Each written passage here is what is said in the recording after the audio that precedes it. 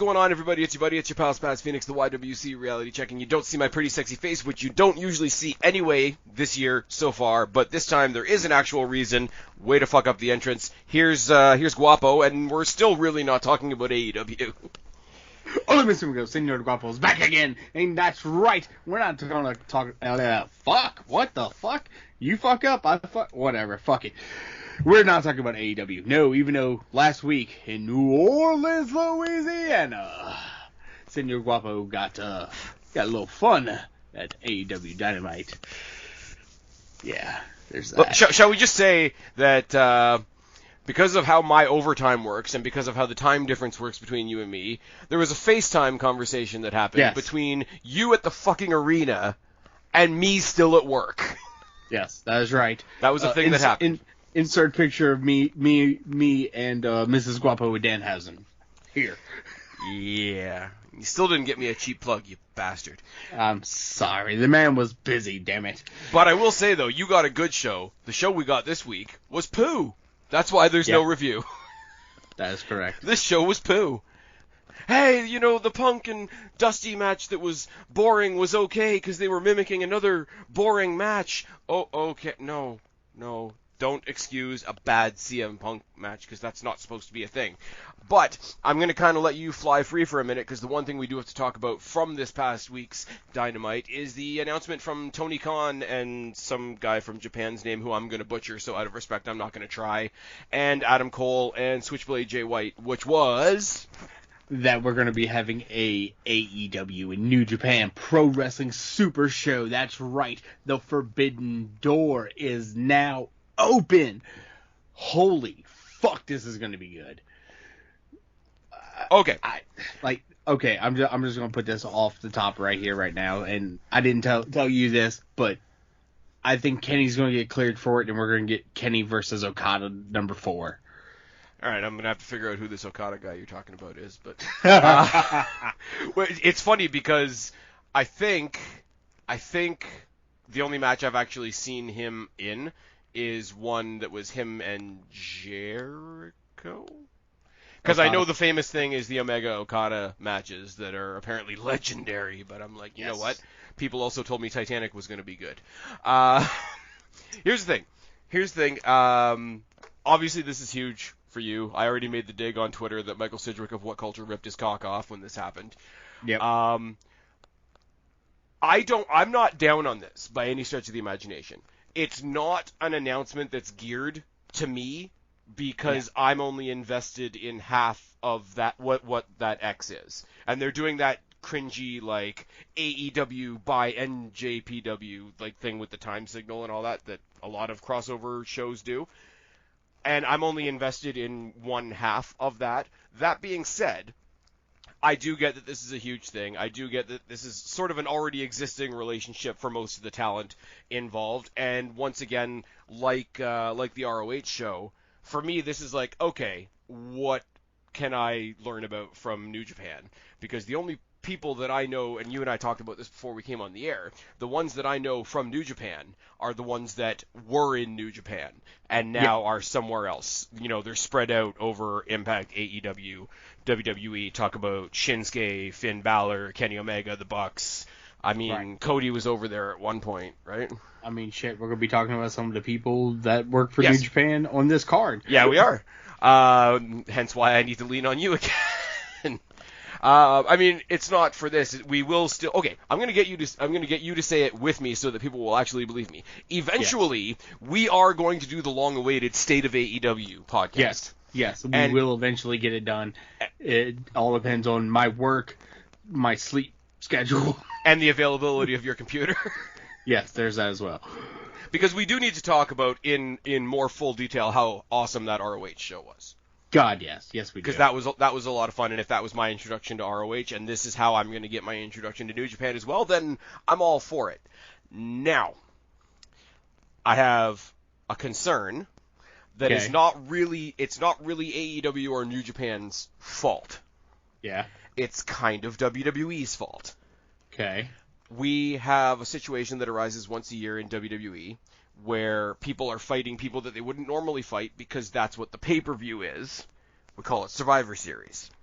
Right. all of a sudden it's brand warfare. All of a sudden all the people on your show that you are rivaling with or don't have anything to do with on a regular basis, you all throw on matching t-shirts, and all the storylines that you're currently in, more importantly, get put on pause for the sake of this show.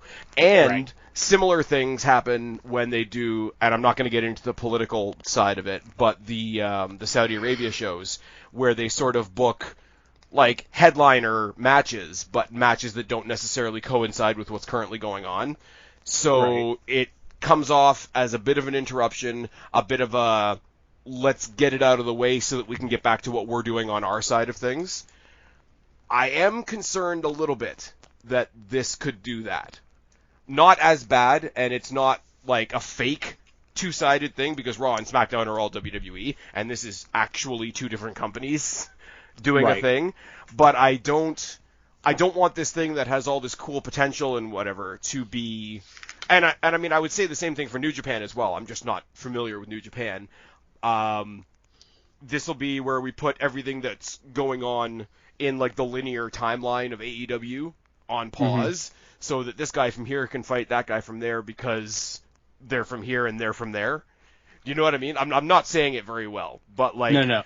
Is it one that's going to be very cool, but also one that we need to get out of the way when it's over?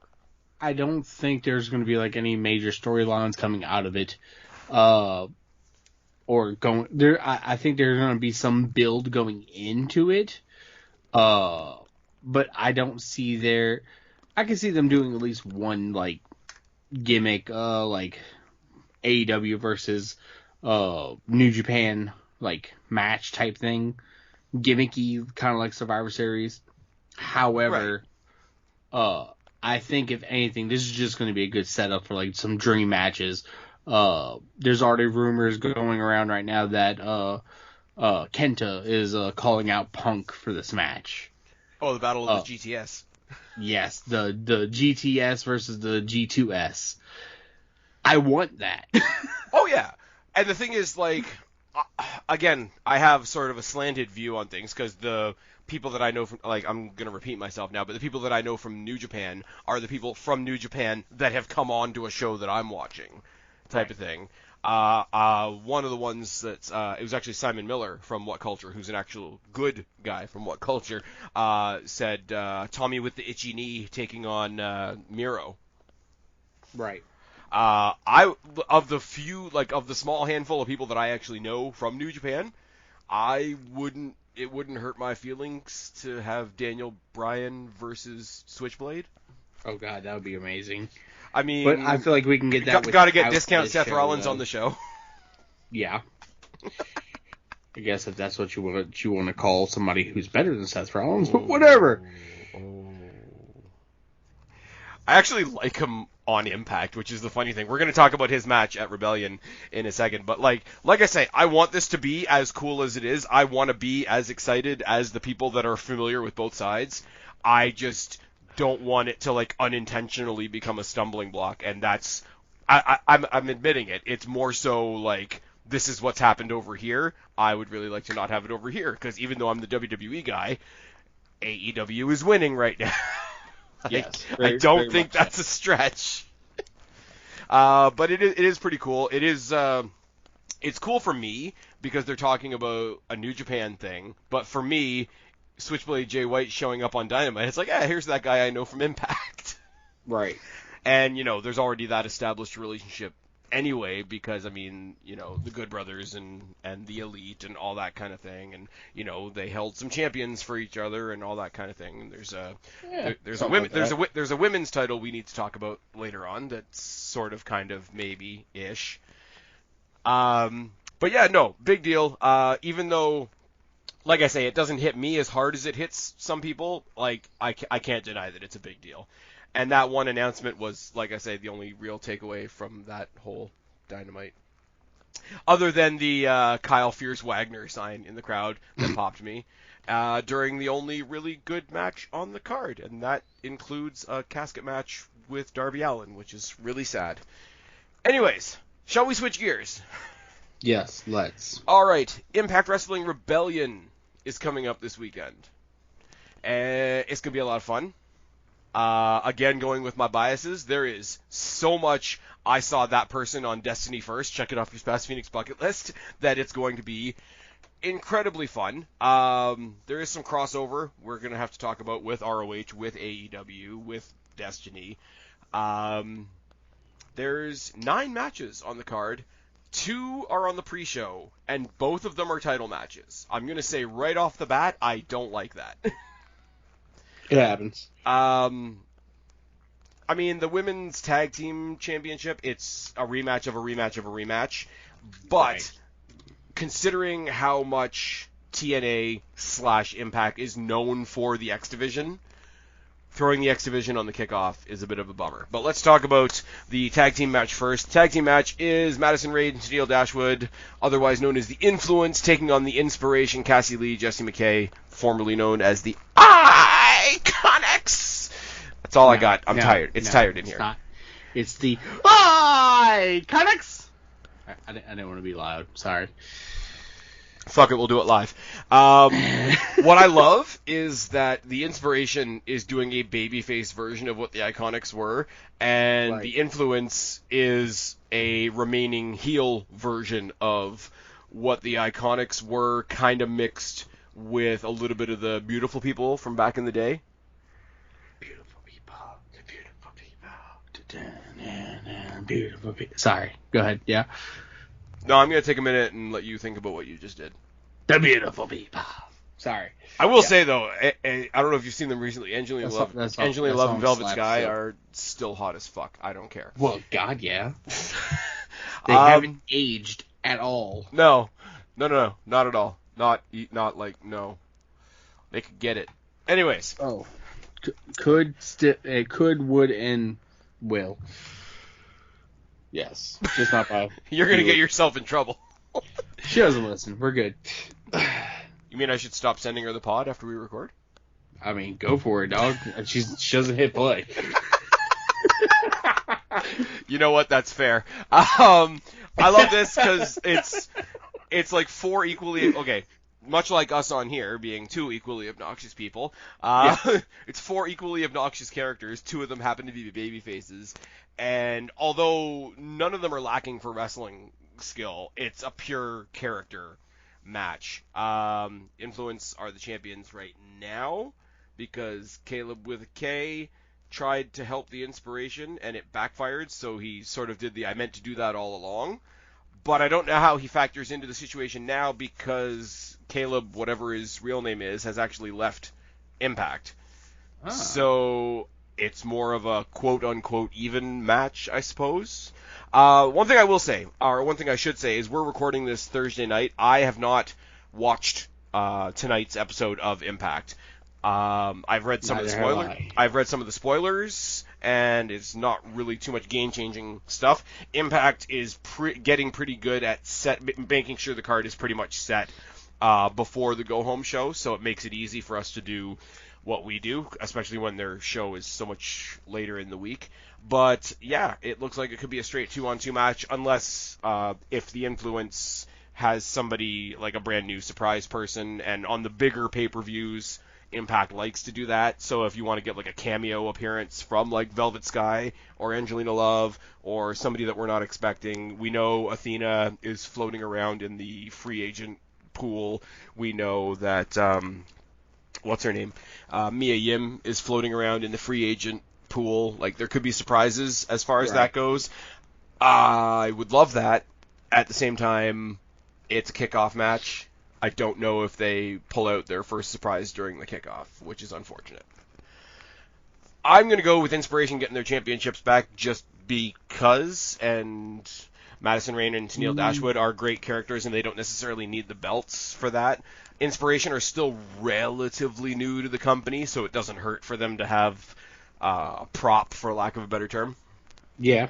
I think I'm going to go with you. Yeah. Inspiration. Oh, you're going to go with me. I'm going to win the women's tag team championship. Okay. Yeah, I mean, I'm pretty big. I could be the tag team champions. It's fine.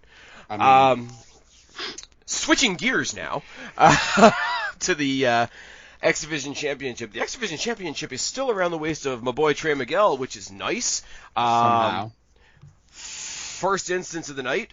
I saw Trey Miguel as the inaugural Destiny Next Generation champion before I ever saw him in Impact. So check it off your Spaz Phoenix bucket list and make sure that pencil is nice and sharp. He's taking on Ace Austin, who's basically Gambit, who you got to see live a while ago. Yeah. And another guy that I was introduced to by Destiny, check it out for Spaz Phoenix bucket list again, and that's Speedball Mike Bailey. At this point, Ace Austin is pretty much set in his heel character. Again, he's one of those guys that doesn't really need a championship at the moment. Plus, he's already held it. Plus, he's sort of clawed and scraped himself into the world title scene before. Like, he challenged Christian at a pay-per-view. So, he's proven that he can at least get, like, I don't think he's going to be the world champion anytime soon, don't get me wrong. But he's proven that he can sort of scrape his way into that scene. And plus, I'm a little bit biased. I would love to see some gold around the waist of Mike Bailey. I can see that. The other cool thing, storyline-wise, there's a bit of a Ace Austin trying to brainwash the new guy, Mike Bailey, and say, hey, you need a friend around here to tell you who to look out for, and you know where that goes, and then it becomes a triple threat, and then Mike Bailey shows that he's not an idiot, and it is what it is.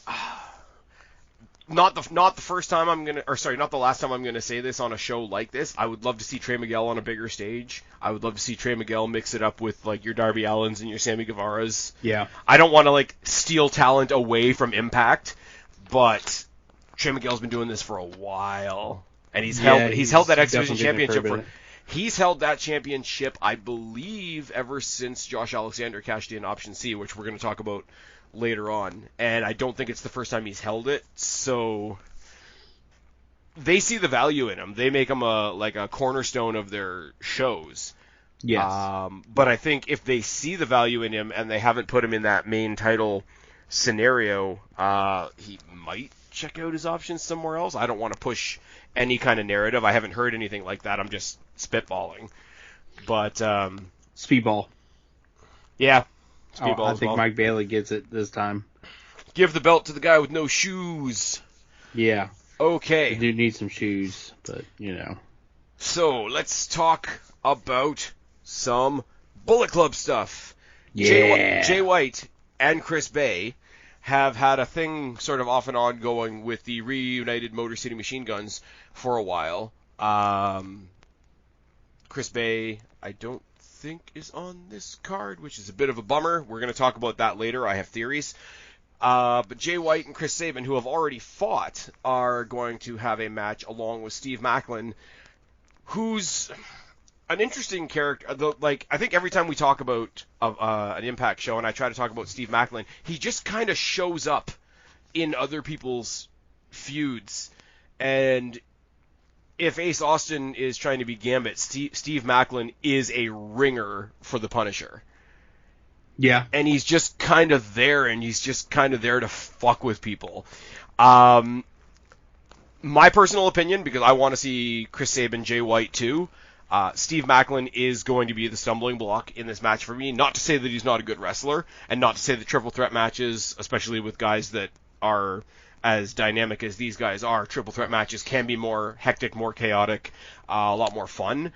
But from a storyline perspective, from somebody who's sort of kind of tried to keep up week to week, I really do wish this was a straight up rematch, Chris Sabin, Jay White.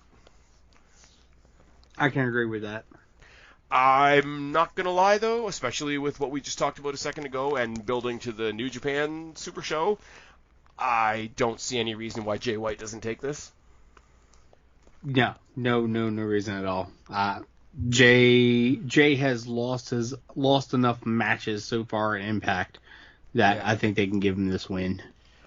And you got to predict as well, not only because Chris Bay doesn't have a match on this card, but also because a triple threat match means it's no DQ. Jay White is going to have at the very least Chris Bay down at ringside with him. Yeah. And as I said, I have theories about that we're going to talk about later. But the rightful, although not currently, Impact Women's Champion, Deonna Purrazzo, the champ, is defending the AAA Reina de Reyes Championship against the returning Taya Valkyrie. Now, what I will say is we previewed Multiverse of Matches. Yes, we did. I watched the ROH show, WrestleMania weekend. I got most of the way through Multiverse of Matches. I did not see all of Deonna Purrazzo versus Fabi Apache, so I did not see the return of Taya Valkyrie. And I've been sort of playing catch-up on Impact ever since. But, I mean, Taya Valkyrie wasn't used properly in NXT and was promptly removed from the roster at the same time as John Morrison, which is cool because John Morrison came to the Destiny show. Check it off your Spaz Phoenix bucket list. It's fine.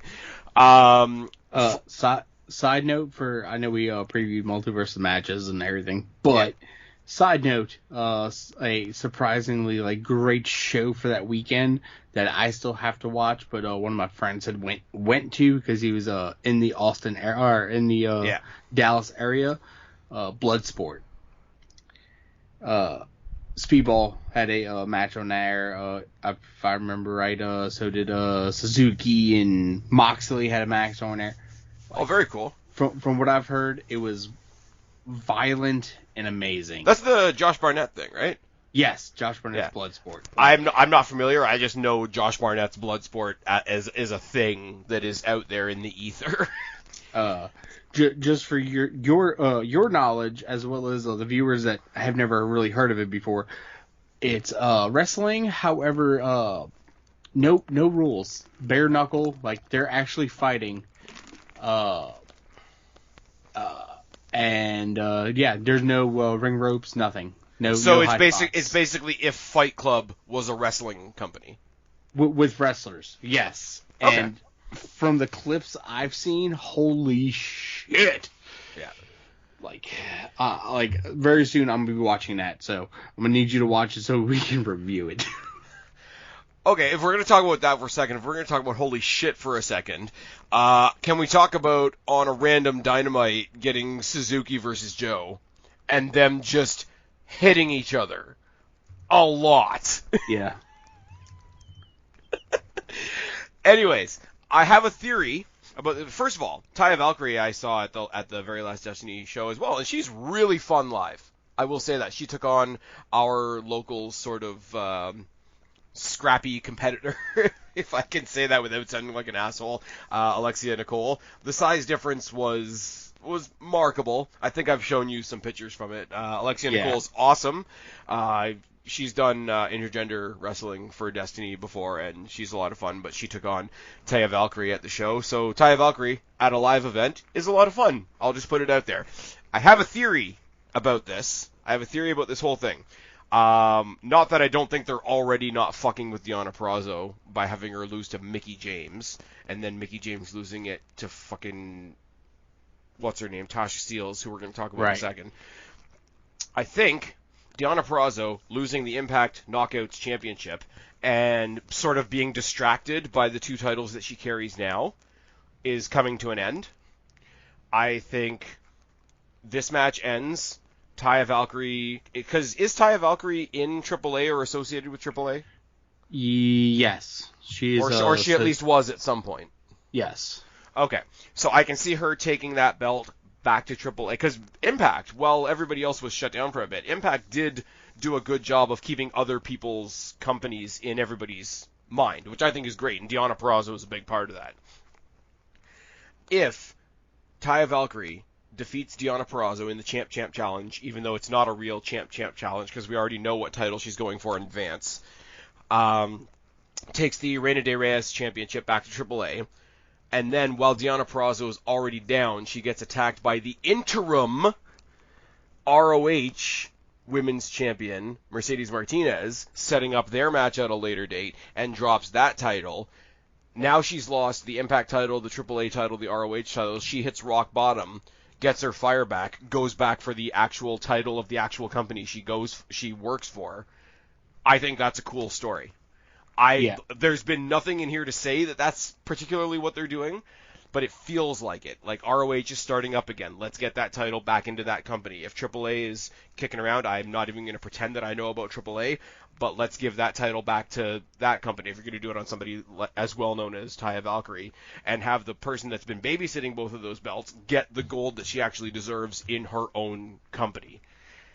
I think she's Deonna Purrazzo, not quite, but she definitely has the super heel that still gets cheered potential of a Britt Baker, and she's like an inch away from it.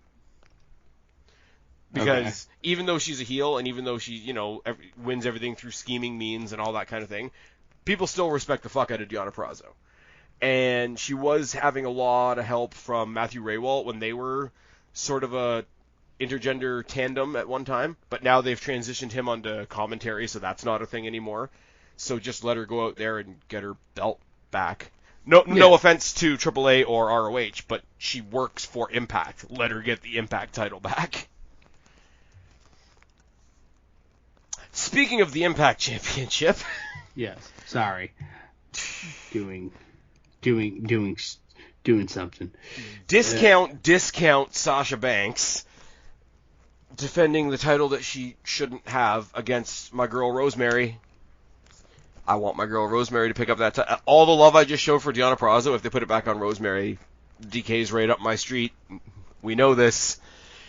I got nothing. Rosemary's fun. DK are fun. Give them more belts. Give them all the belts. Right. Have Crazy Steve make his own briefcase and cash in on Moose. I don't care. It's fine. I don't have much to say other than Tasha Steelz feels like a mid-carder holding a main event title, and it's weird, and I don't like it. And Rosemary's fun. Therefore, I'm choosing Rosemary. As one does. Holy shit! I just realized something remarkable. What? There's an Impact Wrestling pay-per-view card that Mickie James has not waddled her way onto. It's one way to look at it, yeah. But she got to have a cute little couples match with her boy toy from NWA. Isn't that adorable? I mean, I guess. I don't like the world, and I'm tired. So, Mickie James gets that. Jonah is going to take on Tommy with the itchy knee. And Tommy with the itchy knee, yes. And big bombs are going to happen. Yes, they will. It's going to be, it's going to be, for lack of better words, big meaty men slapping meat.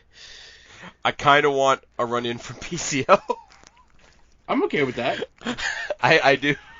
I kind of want to run in from PCO. He came back from his neck injury, and then on a random episode of Impact that I think was last week, he had a rematch with Jonah where he got a stinger in his neck, so he went out to ringside, got some duct tape, and neck braced himself with duct tape. As one does. So that was a thing. That was a thing that happened. The French Frankenstein gave himself a duct tape neck brace. Which could have actually gone really badly, now that I think about it. It could have been really, really bad. But, what can you do? These people are crazy. They continue to wrestle for fun into their old age. I'm kind of thinking, like I say, now that they've announced this supercard that's coming, I'm kind of thinking they might want to give Ishii a platform, because I'm sure he'll be part of, because he's New Japan, I'm sure he'll be part of the Super Show there.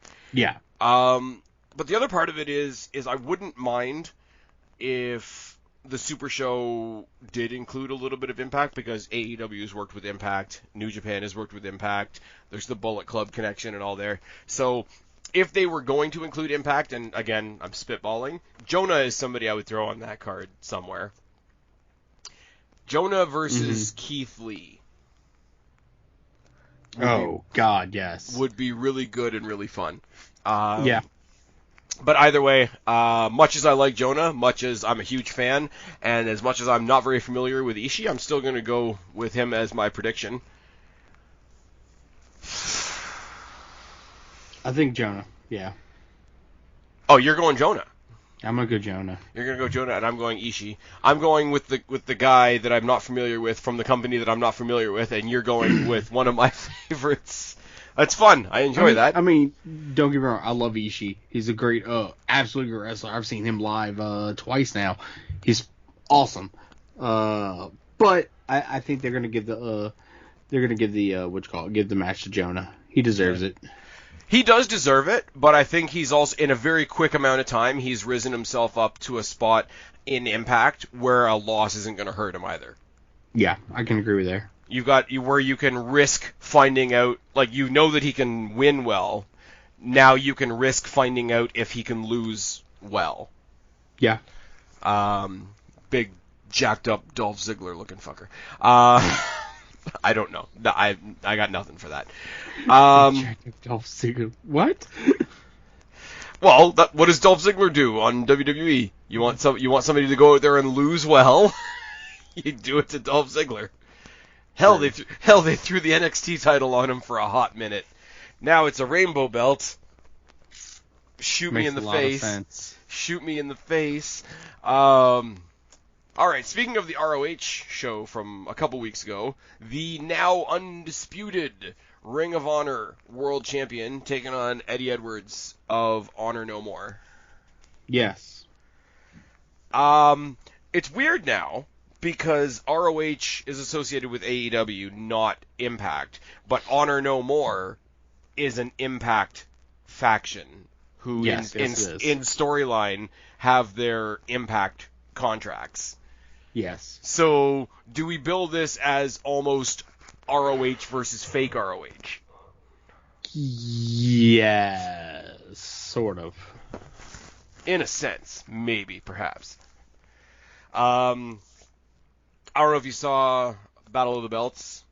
It was weird. Jonathan Gresham versus Dalton Castle. I did not get a chance to watch it yet, so. Jonathan Gresham versus Dalton Castle was fun. The boys. Oh. Anyways. The boys. Anyways. Dalton Castle, technically another person that I saw first at Destiny before I saw him on TV. Check it off your Spaz Phoenix bucket list. Yeah. I saw Dalton Castle take on RJ City, and it was hysterical. There you go. RJ City's fucking hilarious. Yes, he stops in the middle of his matches to sing the opening to Golden Girls. There you go. No wrong with that. Well, no. It goes farther than that. He has B. Arthur on his knee pad. And then he pulls the knee pad down because his finisher is a knee strike called the Knee Arthur. The Knee Arthur. All right. It's good. It's got a beat. You can dance to it. I mean, Gresham's winning. Like, they just started ROH again. They're not taking that title off. Gresham's not going to lose that title to Eddie Edwards. No. It's not listed as a title match. Yes, but he's not going to lose, period. He's not going to lose to Eddie Edwards while holding the ROH title. Yeah. I think it's kind of cool that on Battle of the Belts, I hope this isn't a spoiler for you, he has technically both belts now because he beat, what's his name, Bandito? Yes, Bandito. But he's still carrying the older gold and red version of the championship. So that's kind of neat. There has been a major shift in basically all, like, Tony Khan giving all of those belts to all of his people. Like, to put it mildly, like, they confirmed Jonathan Gresham, they put the tag belts on FTR, they put the TV title on Joe, and the temporary women's title is on Mercedes Martinez. And I think all of them are technically AEW people, but we'll see how that goes. Again, that's a whole other podcast. That's a whole other podcast for a whole other time. Be really good though. Eddie Edwards is awesome. Like, the fact that he's doing so well at this heel role now, where he was that AJ Styles-esque, Chris Sabin-esque, like, I'm gonna be the heart of Impact guy. Yeah. Like, really only Styles, Sabin, Josh Alexander, and him have really taken on that. I hate to say this because it's not exactly accurate, but they've been like the John Cenas of Impact in various times, where not necessarily were they in feuds, but they were just there, like, doing the right thing for the company and all that kind of thing. So to see him turn it now into this wicked, super entitled, super bitter heel version of himself has been a lot of fun. It's kind of like when we never thought Bayley could go heel, and then she just turned into a Karen, pretty much. I think this has match of the night potential. but the result is not really in any doubt. Correct. Unless they're going to cross Eddie Edwards over onto an AEW pay-per-view to play this back again. Like, That I don't see happening. I wouldn't... I don't think it would be, like, promoted as, like, a main event. But somewhere in the middle of the Double or Nothing card, if you want to give an audience that size, Gresham versus Edwards, in the middle, somewhere, give them 10 minutes, let them show what they can do. It'll give ROH a little bit of shine. It'll give Impact a little bit of shine. Everybody wins. I wouldn't hurt my feelings. No. Because if he cheats to win and says, oh, I deserve your title and I deserve it on a bigger stage, blah, blah, blah, blah, blah, like, you could play into that. I think it would be good. And I don't think it's too surprising that we're going to see the ROH titles defended on AEW shows before they get their next set of pay-per-views going. I don't know how ROH's pay-per-view schedule worked at all, but... Same thing, about like four big shows. Okay. So, they've had theirs. They had their big comeback pay-per-view. Yeah. But I think with it being Tony... and I say this not even in a negative way, with it being Tony Khan's new toy, I think he'll want to keep them in everybody's mind and, like, have them on there somewhere. They'll probably end up doing, like, a every other month-ish pay-per-view show. Yeah. Or at least maybe, like one of those, like, free pay-per-view type things. There's no, like, actual, like, set thing what they're going to do. That's what I mean. Like, right now, like, nothing is set for ROH specifically. So right. I'm saying, until they set something, I think Tony Khan is going to drip feed you a little bit of ROH content here and there on his established AEW shows. AEW, I feel like we're going to end up having more ROH stuff on Impact. Because, in all honesty, I can see Tony being like, okay, well, we're going to have just a big working relationship with everybody in this vicinity, essentially. Okay. If that happens, then there's two things I want from Tony Khan. Mm-hmm. What? Tell me what you want from Tony. I want an actual TV deal. Okay. For Impact, so that I don't have to find a shitty stream every week. Okay. And I want them in some bigger venues. All right. I think we can make that happen. I mean, not huge. I mean, it won't be as big as the open rotating door show that they're doing in Chicago, because that's going to be in a pretty huge fucking venue from what I've heard. But something sort of mid-size. Even something like, let them do an Impact pay-per-view at Daly's Place. Like, that would be the simplest thing to do. That would be pretty great. It's a little bit of a different type of venue as well, so it'll give them a different look, rather than, like, even when Impact is going place to place, it still looks very much like a studio show. How about this, Tony? How about we have, like, a big, nice little ROH Impact show down here in New Orleans again? I'm okay with that. Go fuck yourself, Guapo. I want some wrestling up here. Oh, you know what I do love, though? I went to the... I've got Impact and AEW in the last, 3 months. It's pretty great. Go fuck yourself, Guapo. You know what I do love, though? I went to the WWE house show, and Trish Stratus closed out the show, basically sending all the crowd home happy and whatever, because her and Rhea Ripley beat the crap out of Becky Lynch, and then she grabbed a mic and cut a promo on COVID and restrictions. There you go. It was good.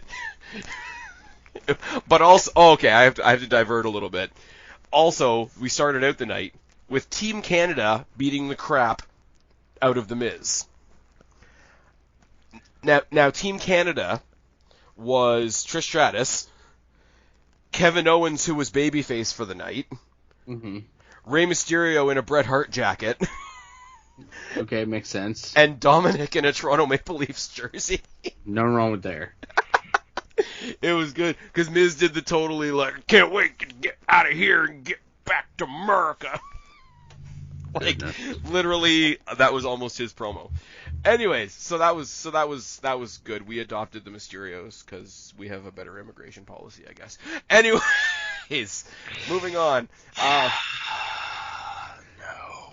Here is where the most potential for surprises, changes, unexpected stuff happens. Violent by Design, which we don't even know what combination it's going to be between Eric Young, Cody Deaner, and Joe Doring. So 2 of the 3 of them, because they're basically doing the New Day rule, are going to defend the tag team championships in an 8-team elimination tournament. And because Wikipedia can't even be sure about what the actual listing is, I don't know who any of the teams are. Yes. So I had a note, and as we know, I had technical difficulties and I lost the note. But just to sort of go randomly through who some of the teams are right now. You could have Ace Austin and Madman Fulton, but Ace Austin's in the X Division match, which would take him out technically, but also that's happening on the kickoff. So if he loses that and then wants to redeem himself by getting tag team gold instead because he's got a big heater with him, could be a fun thing. Heath Slater and Rhino have just teamed back up, so that's something. Yes. Willie Mack and Rich Swann are a team who are a lot of fun. Now, here's where it gets interesting. I would say the Motor City Machine Guns. Yes. But Chris Sabin has a match. Yes. Which leaves us with Alex Shelley. Yes. And do you know who just left NXT? No. Kushida. Oh, yeah, Kushida. I forgot about him leaving NXT. His deal was up, right? His deal was up. He didn't renew, is as much as I know. Yeah. But for the all of one time that I have seen the team known as the Time Splitters, which I heard Time Splitters, yes. I wouldn't mind Kushida and Alex Shelley throwing themselves in here for a night. Could be fun. That'd be nice.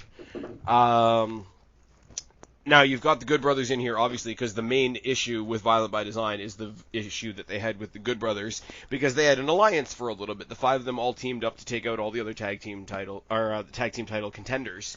And basically, it was like, we're going to take out everybody else, and then we can decide the tag team titles between the 2 of us. And then, heel faction or heel associations break, quite quickly. They break up tag teams as much as WWE does, but we don't need to go there right now. Right. So the Bullet Club is represented in this as well by one team.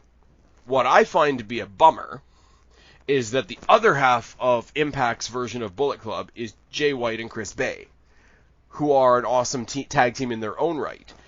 And if Jay White's tag team or triple threat match happens early enough in the night to, sort of go back and recover a little bit and whatever, I could see them doing some kind of power play of like, hey, if we put 2 teams into this gauntlet, we have twice the chance of leaving with the tag team titles.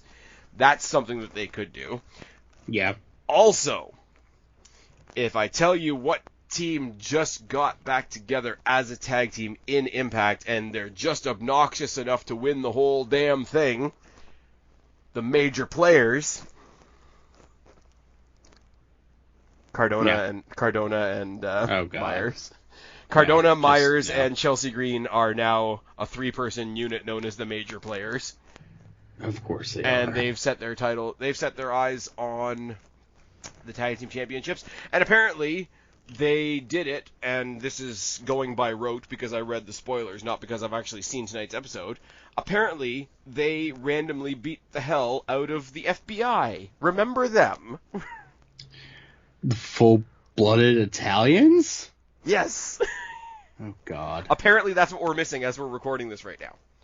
Full-blooded Italians? Yeah. Taking on the Major Players. And basically getting their asses handed to them. Like little Guido? Yeah. Oh, and Mama Luke. Oh no. Just no. Hey, they need to go to NXT and join up with Tony D'Angelo. He's just been minted as the Don of NXT 2.0.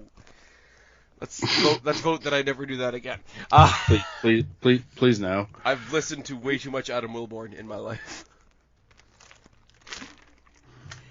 Now, those are all the teams that I can think of. Those are all the hints and indicators and currently involved storylines and whatever. But there's something that's definitely not going to happen. Okay. That I would definitely pop for. I want you to imagine a tag team. that you and I both enjoy, Yes. who are not currently the tag team champions of their company, Okay. but are the tag team champions of 2 other companies. Okay, I'm following with you. FTR comes in and picks up a 3rd belt. I'm okay with that. Completely okay with that. I want them to do that, if only to walk in with all 6 belts onto Dynamite and be like, here's our resume, where's our title shot? Right, exactly. Because if both of them walk in with 1 belt over each shoulder, 1 belt around their waist, that's literally a mirror image of what Deonna Purrazzo has done with the women's championship. Would be quite amazing. Yes. Literally like ROH and AAA. While she still holds both belts, I would love to see her walk out to the ring with them, with her Reina de Reyes title and her ROH title, and their AAA tag titles, and their ROH titles. Mm-hmm. It would be really good. They're facing each other next week. Yeah. I just thought of that great. in the Bret Hart thing. In the Owen Hart thing that Bret Hart's going to show up for, apparently, because CM Punk wore the right color pants. I mean, they've been teasing Bret. They have. I'm just saying it's like the weird people that, let's see if he's wearing the shorts today. I got nothing. I got absolutely nothing. CM Punk's trunks have nothing to do with Bret Hart. Sorry. It's true. But like everybody freaks out. Like it's the thing that everybody freaks out when there's a pay-per-view match like there was with now, and I'm not going to lie, the whole entrance, the whole presentation, everything that he did with MJF was awesome. But like he comes out for a match as important as that, and like everybody's like, "Oh, what's his gear?" And I'm like, "I don't care, man."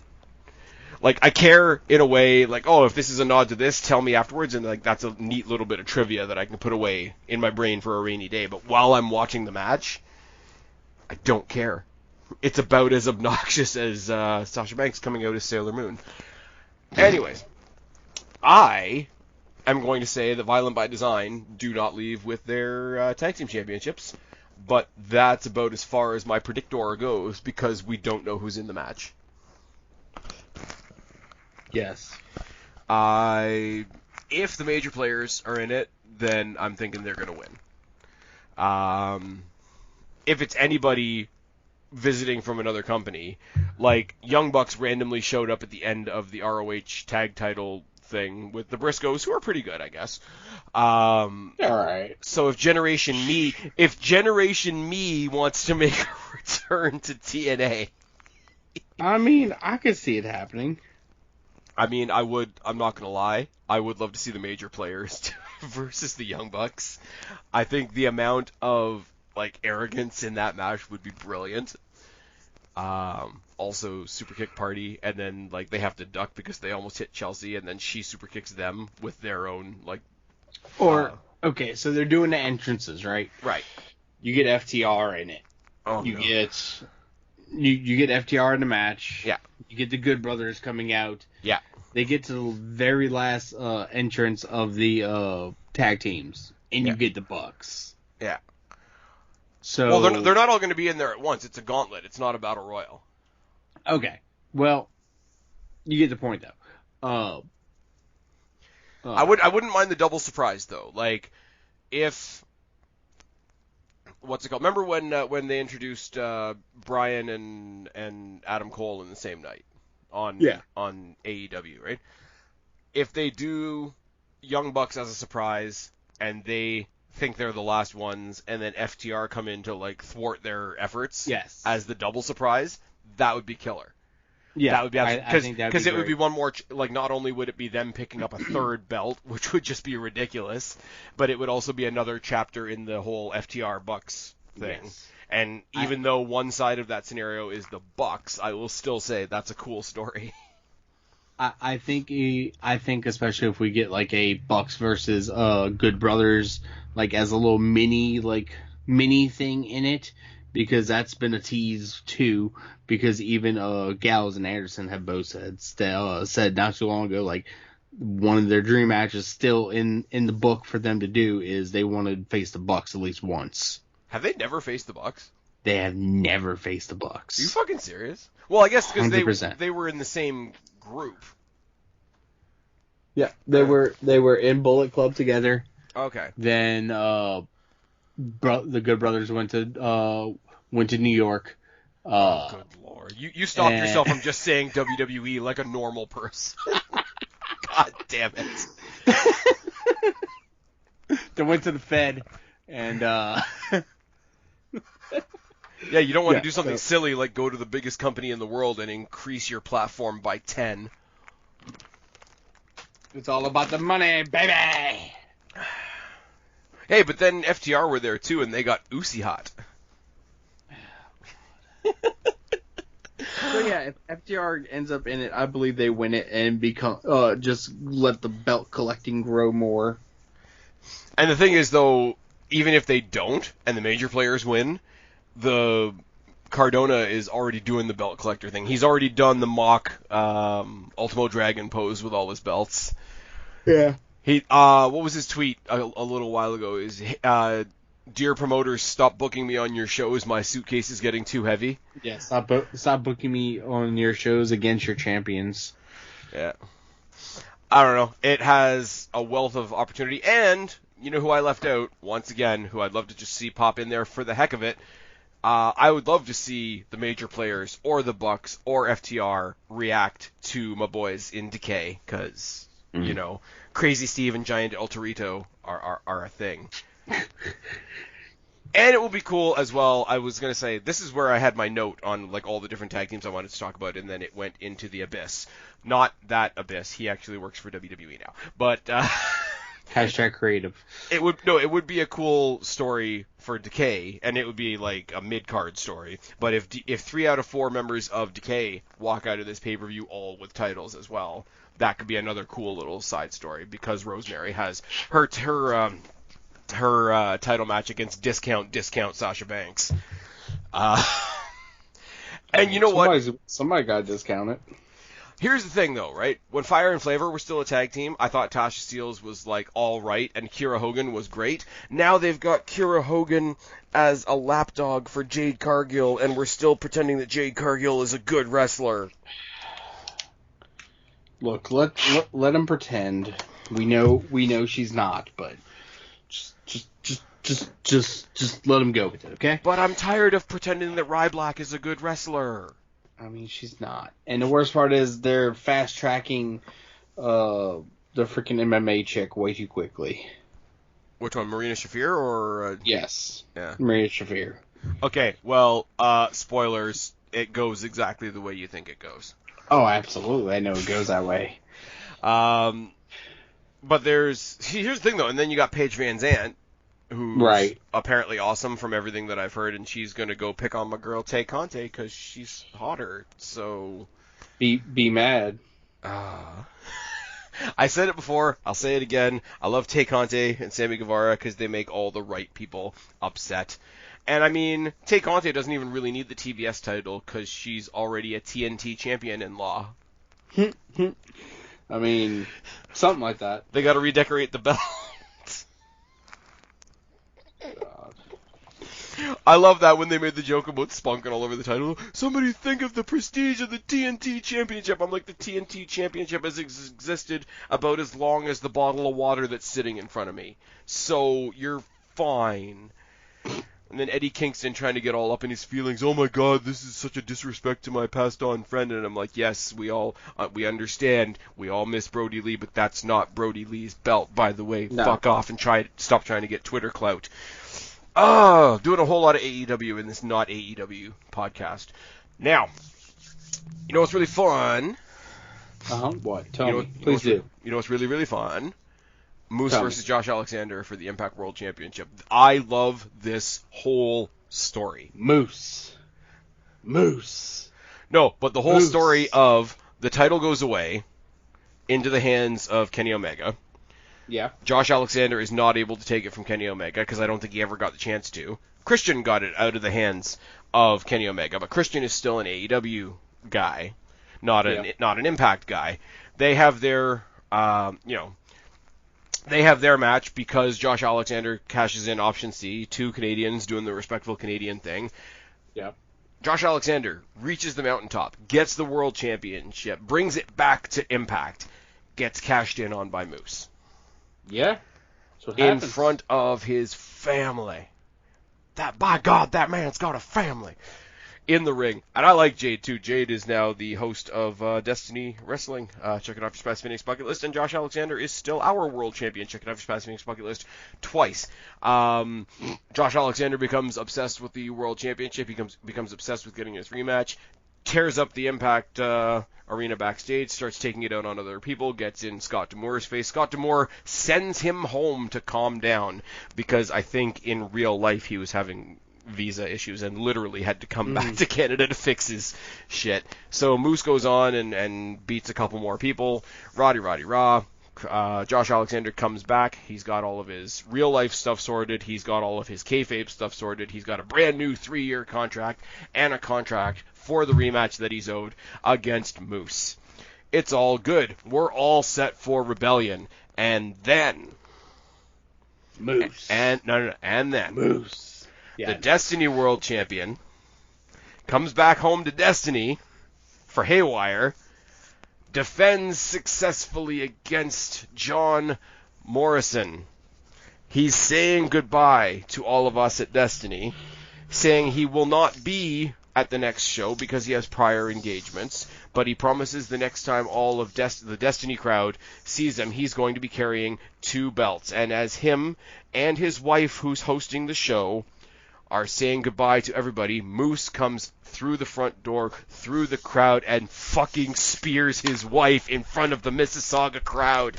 And it was so fucking good. And what it means is the majority of the footage that you're going to see when you see the video package before this match takes place is going to be at the Don Kolov at Destiny Haywire, which means if you look close enough in the background, you will see me somewhere. Yeah. Don Kolov Arena is actually Battle Arts Academy. It's just referred to as the Don Kolov when Destiny shows are going on. So anytime you see Josh Alexander in an interview segment in that video package that they've already played the hell out of, anytime you see Battle Arts written behind him on the wall, that's the Destiny Arena. And then when you see the actual footage of his wife being taken out, that's at Destiny Haywire. So that was right down the road from me. So kind of invested in this match.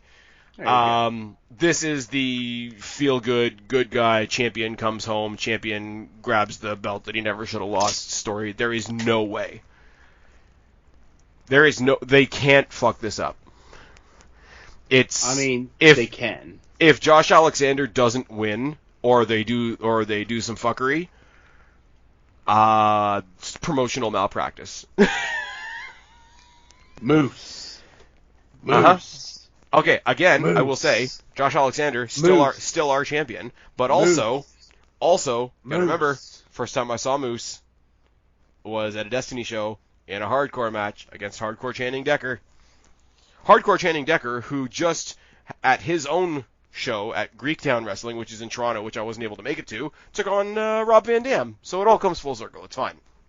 Did he take him this past Wednesday? What? You know, because that's the only day Rob Van Dam really. Oh my God! Have you seen the Matt Riddle Randy Orton T-shirt?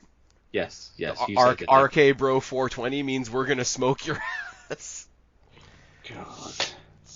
I love how they're trying to cover for what it actually means by saying it's just to celebrate Randy Orton's 20 years in the WWE. Sure it is.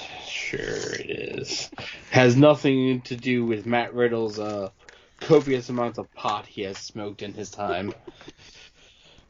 You know, his entire reasoning for leaving MMA. Because he kept getting drug tested. Yeah, but he wants to call out Goldberg. Hell of a knee bar, bro. God. I will say, though, Moose in person is fucking huge. Yeah, Moose is a fucking monster. You know what's funny, though? Moose is the only person that I've actually met in person at a show that made me went, holy fuck, you actually are that big. The only other one at a Destiny show that I met in person was Billy Gunn. Yeah, Billy Gunn, Billy Gunn is big on TV. Yeah. And he's even bigger in person, but it's still kind of funny that him and his kids got led to the slaughter by the Blackpool Combat Club, so that's fine. Ass boys. Oh, dear. They're going to be escorting Dalton Castle to the ring for his next match. Anyways. There you go. They're going to be working for Brian Stelter. It's fine. Anyways. Totally unrelated, but in a matter of months, they tried to do CNN Plus and it crashed, and they're disavowing it now. Well, because it's trash. Anyway. Well, I mean, look at where most of the opinions come from. I'm just saying. That's okay. Elon Musk is going to save Twitter. Praise the Lord. What else would you like to hit on? Oh, speaking of hitting, Will Smith and Chris Rock. Well, you can find me on Twitter. Would you like Amber Heard to come take a shit in your bed? God. This has been your... I don't even know what the fuck this is anymore. Guapo, tell them where to find you. Guapo at Guapo underscore 504 on Twitter. I don't tweet, but hey, if you follow me, bitches, I might. Yeah, you've been saying that for a while. Well, nobody's following me. And we find you here, which is counterproductive. You can find me here. You can also find me at the Black Cat Feline YouTube channel. We won't be making a comeback anytime soon, or probably ever. Kristen's too busy with her boyfriend. So... I gotta get hold of her eventually. If you want to watch old videos with myself, Kristen, and Suave, go ahead. I think the first time I ever did a video with you guys was on that channel. I think so as well. All right, and so we're gonna do the thing now. You guys know where to find me, or you wouldn't be here. I've been Spaz. He's been Guapo. We have been your Impact, ROH, AEW, WWE, NXT, New Japan, forbidden rotating door that's not forbidden anymore. Reality check. Subscribe up there. Talk down there. Start a conversation. Keep all of these conversations going. Don't be a stranger. I'll talk to each and every last one of you later. But for right now, me and Senor Guapo are tagging out. Bye, guys. Adios, mis amigos.